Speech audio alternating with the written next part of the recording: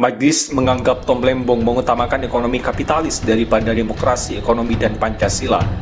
Teka-teki nasib dari Thomas Triskasih Lembong atau biasa disapa Tom Lembong akhirnya terjawab.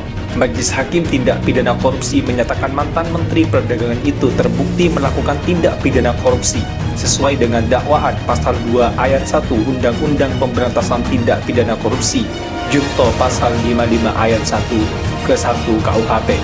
Mengadili menyatakan terdakwa Thomas Trikasih Lembong bersalah melakukan tindak pidana korupsi secara bersama-sama sesuai dengan dakwaan primer, menjatuhkan pidana kepada terdakwa oleh karena itu dengan pidana penjara selama 4 tahun dan 6 bulan dan denda sebesar 750 juta rupiah. Dengan ketentuan jika tidak dibayar maka diganti dengan pidana kurungan selama 6 bulan. Kata Ketua Majelis Hakim Denny Arsan Vertika di Pengadilan Tindak Pidana Korupsi. Majelis Hakim menyatakan Tom Lembong terbukti melakukan tindak pidana sesuai dengan unsur yang ada pada Pasal 2 Undang-Undang Pemberantasan Tipikor Junto Pasal 55 Ayat 1 ke 1 KUHP. Perbuatan Tom Lembong yang bertentangan dengan sejumlah aturan hukum yang berlaku dinilai merupakan perbuatan melawan hukum. Perbuatannya dimaksud yaitu dengan memberikan izin atau mengetahui jika impor gula dilakukan bukan oleh perusahaan BUMN.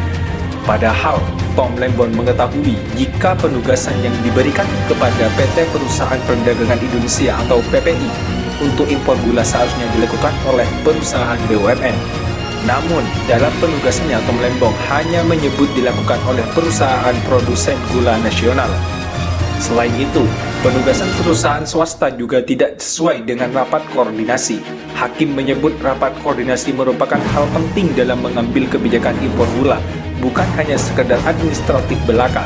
Hal ini sekaligus membantah argumentasi terdakwa yang hanya menjalankan perintah jabatan. Terdakwa selaku Menteri Perdagangan tanpa didukung rapat koordinasi dengan kementerian atau lembaga terkait dan tanpa dilengkapi rekomendasi dengan Kementerian Perindustrian telah menerbitkan surat persetujuan impor, sehingga terdakwa bertindak tanpa perintah di luar koordinasi yang diterapkan, bahkan bertentangan dengan arah rapat koordinasi yang menetapkan impor melalui BUMN bukan melalui perusahaan swasta, ujar majelis. Begitupun mengenai unsur menguntungkan diri sendiri, orang lain, dan korporasi.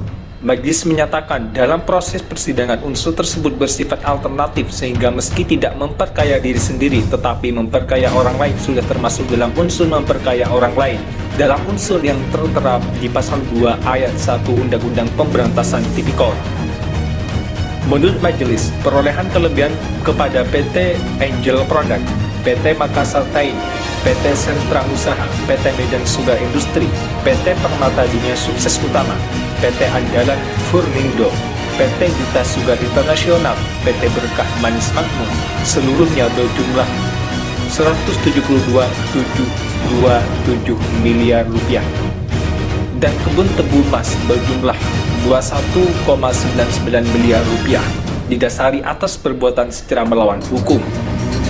Dari kelebihan pembayaran itu, Tom Lembong dinilai telah memperkaya sejumlah pihak seperti Tony Wijaya NG, Suryanto Eka Prasetyo, Hansen Setiawan, Indra Suryaningrat, Eka Supanca, Wisnu Hendra Ningrat, Hendro Giarto Atiwo, Hans Valita Utama, Ali Sanjaga Budidarmo secara melawan hukum.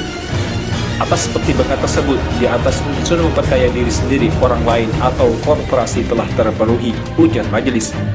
Sayangnya, mengenai kerugian keuangan negara, majelis tidak memberikan pertimbangan secara rinci.